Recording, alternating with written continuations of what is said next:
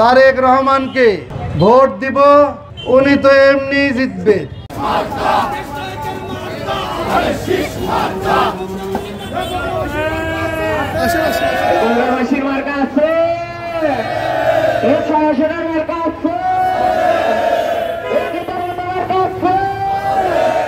আমরা তারেক রহমানকে ভোট দিব, উনি তো এমনি জিতবে।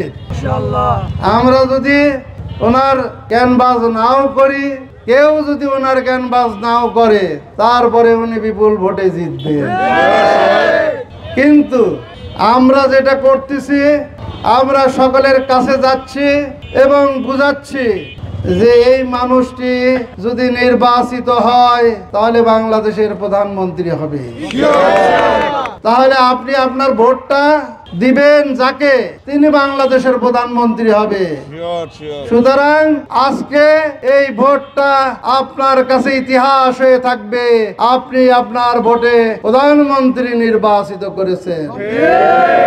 অন্য কোথাও ভোট দিয়ে ভোটটাও নষ্ট করবেন না, নিজের কাছে ছোট করবেন না।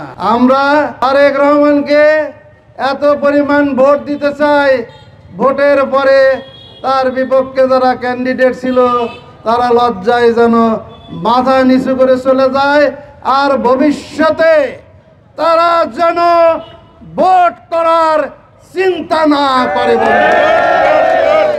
আমরা সেইভাবে তারেক রহমানকে নির্বাচিত করতে চাই। তো সেই কারণে আপনারা সকলেই ভোট দিবেন।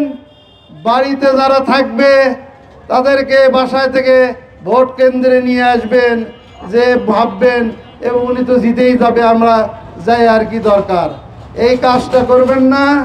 আপনার বাড়ির মা, বোন, ভাই যারাই আছে, আত্মীয় স্বজন, সবাইকে নিজ দায়িত্বে ভোট কেন্দ্রে নিয়ে আসবেন এবং তারেক রহমানকে ভোট দিয়ে নির্বাচিত করবেন এবং আপনার ভোটটা ইতিহাস হয়ে থাকবে। আপনার ভোটে বাংলাদেশের প্রধানমন্ত্রী নির্বাচিত হয়েছে।